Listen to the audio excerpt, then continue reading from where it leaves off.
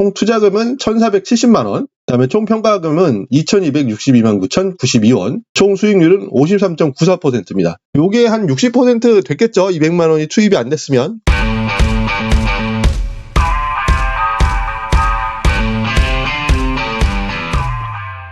자, 반갑습니다. 그렇습니다. 오늘은 미국 지수 ETF 장기 투자 121주차 투자 기록을 남기기 위해서 영상을 찍어보도록 하겠습니다.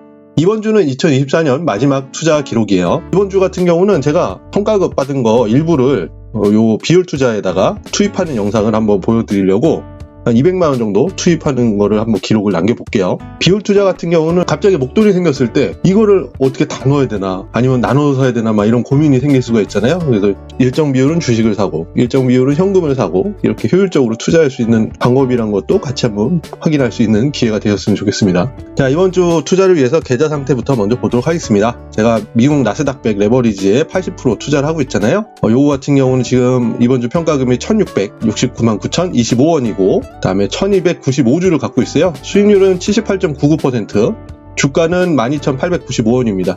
지난주보다 좀 반등에 성공하긴 했어요. 한 중간 정도 올라오긴 했는데 거기에 따라서 이제 수익률이 약간 좀 올라온 걸 볼 수가 있으시죠. 그 다음에 현금 20%를 투자하고 있는 CD금리 투자 KIS 파킹형 ETF죠. 요거 같은 경우는 평가금이 388만 2,900원, 70주를 가지고 있고요. 수익률은 1.76%입니다.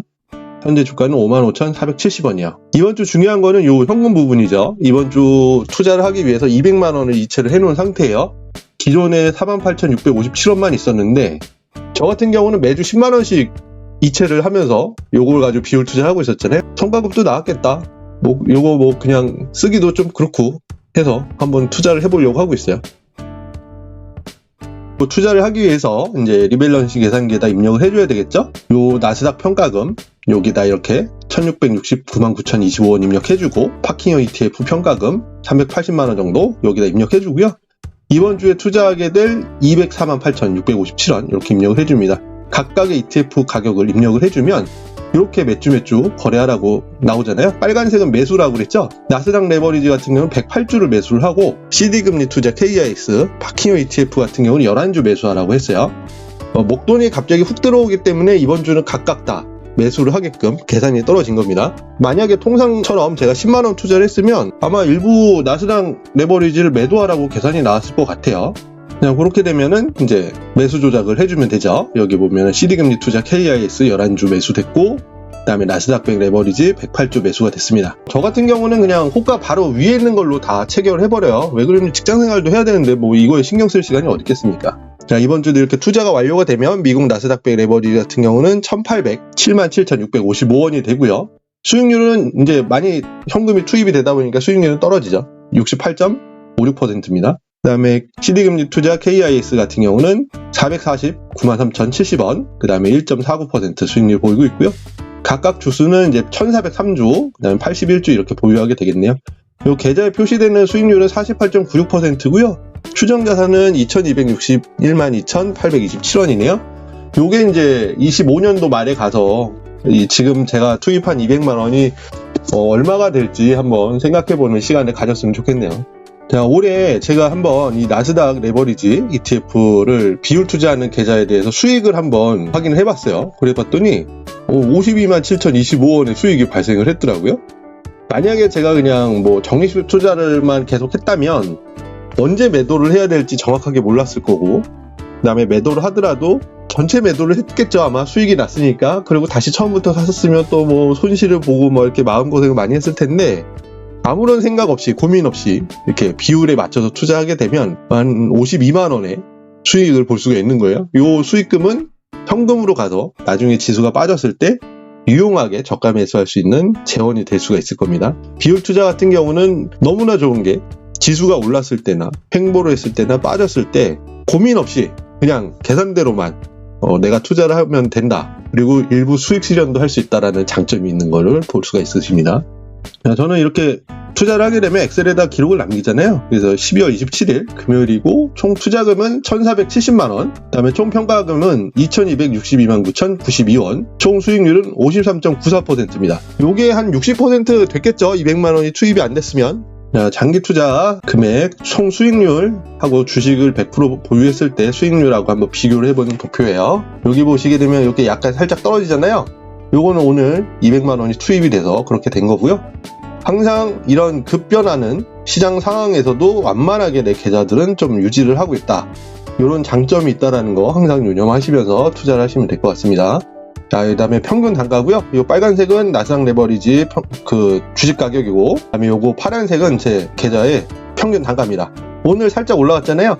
네, 200만원치 중에 80% 비율을 이제 새로 주식을 매수를 했기 때문에 이렇게 확 올라갔죠. 평상시 같으면 이렇게 완만하게 올라갔을 텐데요. 그래서 이 정도 차이가 제 이제 수익금이 되는 거겠죠.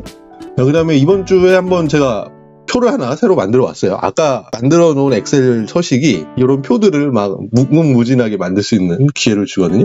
투자금 대비해서 총 평가금은 어느 정도 성장하고 있을까, 이게 너무 궁금했어요. 그래서 매주 10만원씩 넣으니까 이제 완만하게 올라가겠죠, 이렇게. 근데 거기에 따라서 계좌의 총 평가금은 어떻게 변동하고 있을까? 약간 출렁출렁하지만 이때는 이제 8월 5일 그때일 거예요. 그래도 꾸준하게 우상향을 해주고 있다. 매주 10만원씩 들어가지만 그래도 평가금이 올라가고 있으니까요. 그 다음에 이번 주 같은 경우는 200만원이 들어갔기 때문에 이제 갑자기 계좌 상태가 이렇게 쑥 올라간 걸 볼 수가 있으세요. 요만큼이 내 수익금이다. 이렇게 보시면 될 것 같습니다. 그래서 꾸준하게 상승을 해서 이제 멀리서 봤을 때 저는 이렇게 되는 게 제 목표죠. 요게 이제 제 평가금이 되기를 바랄 뿐입니다. 이번 주도 비율 투자는 이렇게 끝났고요. 제가 이제 씨앗 투자라고 해가지고 적은 금액을 고배율의 미국 지수 ETF에 투자를 계속하고 있잖아요. 지난주 같은 경우는 좀 여기 주가가 좀 많이 빠지다 보니까 평가 금액이 좀 많이 빠졌는데 좀 회복이 됐어요. 이번 주 같은 경우는. 근데 어저께 한 4% 빠졌더라고요. 그럴 수도 있죠. 네, 그래서 총 평가금은 2,180만원 정도 됩니다. 그래서 지난주보다 한 220만원 정도 상승을 했더라고요. 그래서 아무런 신경 쓰지 않고 그냥 자동이체만 걸어 놓는데도 내 자산은 계속 변동을 하면서 우상향을 하고 있다. 이런 걸 볼 수가 있으세요. 제가 매수하고 있는 거는 PPA라고 해가지고 방위산업 관련된 ETF고요. 그 다음에 TQQQ라고 해서 나스닥 100 지수의 3배 추정한 ETF, UPRO라고 해가지고 S&P 500 지수의 3배 추정한 ETF, 요거 세 가지를 모으고 있습니다. 여러분들께서도 만약에 이제 내 생활을 하시면서 좀 의미 없게 나가는 돈들을 한번 천천히 한번 체크를 해보셔가지고, 많지 않아도 돼요. 매일 뭐 1,000원 아니면은 뭐 매주 5,000원 뭐 이런 식으로 해가지고 한번 모아보세요. 그렇게 되면은 돈이 모입니다. 요 UPRO 같은 경우는 제가 금연하면서 담배값을 모으는 거라고 했잖아요. 매일 4,100원을 내가 주식에다 투자한다는 기분으로 해서 주식시장이 열릴 때 얼마 사면 될까 환산했더니 6,400원 정도? 그렇게 사고 있는 거거든요. 그래서 6,400원을 이제 주식시장이 열릴 때마다 샀더니 이게 210만 원이 되더라. 1년이 된 거니까 내년도 가면은 그래도 더 늘어나지 않겠습니까? 우리가 의미 없이 쓰는 돈들을 잘 모아보면 나중 가서는 굉장히 큰 돈이 될 수가 있다. 이게 어디다 투자하는지를 잘 모르니까 항상 우리들이 이제 티끌 모아 티끌이라는 표현을 썼을 뿐인데, 우리는 알고 있잖아요. 항상 우상향을 해주고 있는 미국 지수 ETF, 여기에 또 레버리지 ETF를 투자하게 되면 티끌이 정말 태산이 될 수 있다라는 경험을 할 수가 있을 것 같아요. 자, 그 다음에 요즘에 환율 관련돼서 뭐 기사들도 많이 나오고 유튜버들도 많이 떠들고 있는데, 너무 신경 쓰지 않으셨으면 하는 바람에서 제가 그 환율 차트를 한번 그냥 캡처를 한번 해봤습니다. 요즘에 이렇게 왜 난리냐면 요때 근처이기 때문에. 그렇죠? 이때가 언제예요? 2008년 서브프라임 그때잖아요. 이때가 이제 우리나라 최고 환율까지 올라갔을 때란 말이죠. IMF 때보다도 훨씬 더 올라갔었어요, 그때. 이때가. 그렇기 때문에 지금 이제 두려운 거죠. 1,500원을 돌파한다. 뭐 이런 얘기를 하면서 지금 뭐 정치 상황도 좋지도 않고 이러니까 뭐 싸잡아가지고 지금 뭐 대한민국 망한다 뭐 이렇게 얘기는 하고 있지만, 평균 회계 법칙이라는 게 있습니다. 항상 이렇게 올라가면 또 이렇게 내려갈 때가 있습니다. 지금 올라가고 있는 추세니까 좀 기다리면 이렇게 또 정리가 돼요. 이렇게 진정이 됩니다. 주변에서 자꾸 이렇게 뭐 환율이 올라가서 경제가 너무 어렵다, 환율이 올라간다고 해서 체감하실 분들은 그렇게 많지는 않을 것 같아요. 뭐 기업에 일하신다거나 뭐 유학을 보내신 분들은 제외하겠지만 뉴스에 너무 흔들리지 않으셨으면 좋겠다.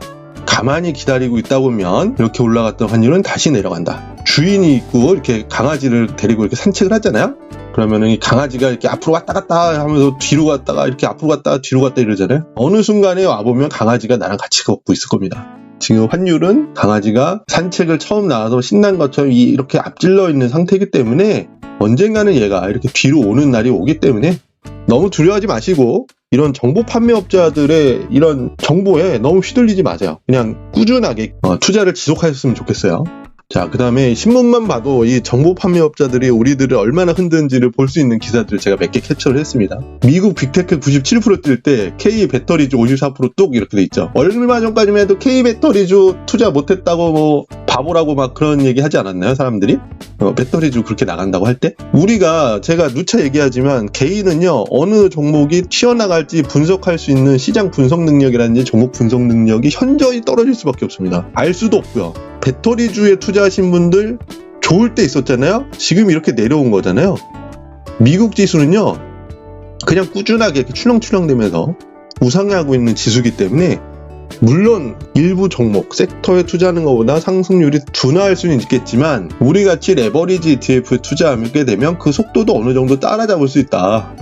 그러니까 이런 출렁일 때 현금만 갖고 있으면서 충격만 완화해주면 어느 섹터에 투자하든지 신경 쓰지 않고 거기에 버금가는 수익률을 볼 수가 있거든요. 섹터에 투자하지 마시고 항상 미국 지수 아니면 전 세계 지수에 투자하는 거를 항상 유념을 하시면서 투자를 하시길 바라겠습니다. 자, 연말이면 배당주 뭐 이런 얘기 하잖아요. 뭐 호빵처럼 뭐 이렇게 배당주를 찾게 된다 뭐 이렇게 얘기를 하는데 이거 보세요.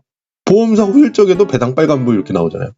연말 대비해서 뭐 배당 많이 받겠다고 보험사 뭐 금융주 뭐 이렇게 사고 그랬지만 지금 보험사 배당 못 한다고 난리거든요. 뭐 이렇게 회계 정책이 뭐 바뀐대요. 이런 걸 안 할 수 있느냐 이거죠. 뭐 전문가들은 무슨 뭐 연말이니까 배당을 노려서 보험에다 투자하셔야 돼 막 이런 얘기를 찌끄릴 텐데 결국 했더니 뭐예요? 배당 안 주잖아요. 특정 섹터에 투자를 하지 마시고 항상 전체 지수에다 투자를 하시는 걸로 이렇게 마음을 가지셨으면 좋겠어요. 그리고 그다음에 정보 판매업자들 얘기에 너무 귀 기울이지 마세요. 걔네들은 우리가 자꾸 걔네들 영상을 봐주고 클릭하고 그래야 걔네들이 광고로 수익을 먹고 돈을 버는 애들이라서 자극적으로 얘기하거든요. 걔네들한테 휘둘릴 필요가 없습니다. 또 이런 기사도 있어요. 상반기는 3전, 하반기에는 3바 매수, 코스피 떨어져도 외국인은 벌었다. 좋습니다. 이건 나중에 나온 기사 아니에요? 이런 기사는 상반기에 3전을 사야 됩니다. 하반기에 3바를 사야 됩니다. 이렇게 얘기해줘야 되는 거 아닙니까? 이렇게 특정 종목에 투자를 했어야 됐다. 이렇게 분석하는 글들도 우리 마음만 아프게 할 뿐이지 전혀 영향가 없는 기사입니다. 이런 것들도 그냥 읽어만 보고 이런 일이 있었네? 이렇게 하면서 패스하시면 돼요. 뭐 땅을 치고 후회하실 필요도 없습니다. 근데 대표적인 거죠. 이것도 뭐 한국은 버티기, 뭐 미국은 올라타기, 잘 나가는 ETF 180도 달랐다. 이게 무슨 기사인가 봤더니 올해 우리나라 같은 경우는 이렇게 저변동 가격이 이렇게 많이 안 바뀌고 고배당을 주는 이런 ETF가 이제 유효한 수익률을 보였고 미국 증시 같은 경우는 뭐 지수라든지 아니면 AI 쪽에 편중된 ETF 이런 것들이 이제 수익률이 좋았다 이런 얘기잖아요. 이런 거를 다 분석을 할 수 있는 능력을 갖고 있으면 저희가 신문도 안 보죠. 그다음에 유튜브 같은 것도 안 보고 주식 투자 공부도 안 합니다. 괜찮아요? 점쟁이도 못 맞추는 걸 마치 분석글을 보고 왜 너네들은 투자를 못했느냐 이렇게 공부를 해야 된다 이렇게 타박하는 성향의 기사들이 많아요. 엄청 많아요. 그리고 우리들은 거기에 대해서 막 공부가 부족했다고 자책을 하고 더 공부를 하겠다고 하면서 뭐 회사 일도 좀 등한시하고 가정 일도 등한시하고 막 이렇게 산단 말이에요. 그럴 필요가 없다. 지수에만 투자를 해도 우리는 상위 10% 투자자가 될 수 있기 때문에 고민하지 말고 지수에 투자를 하셔라 이렇게 말씀드리고 싶습니다. 저 개별 종목에 대한 투자에 관련된 영상은 제가 지금 제작을 하고 있어요. 메인 자산은 지수에 투자를 하고 한 5% 10%에 대한 자산은 이제 개별 종목에 투자하시라고 영상을 만들고 있는데 그거 참고 한번 해보시고 나중에 개별 종목에 투자해 보시는 것도 좋은 방법일 것 같아요. 자, 이번 주는 이렇게 투자가 완료가 됐고요. 24년도 정말 투자하시냐고 고생 많으셨습니다. 진짜 많은 일들이 있었던 2024년이 아닌가 싶습니다. 저도 개인적으로도 그렇고 대외적으로도 정말 많은 일들이 있었던 한 해였던 것 같아요. 이런 한 해 정말 버티시느냐가 정말 고생 많으셨고 내년에는 좀 더 편안하고 고율의 수익을 높일 수 있는 그런 한 해가 되었으면 좋겠습니다. 자, 그러면은 이번 주 영상도 보시느라 고생 많으셨고요. 이 영상이 도움이 되셨다면 구독과 좋아요, 알림 설정 부탁드리겠습니다. 감사합니다.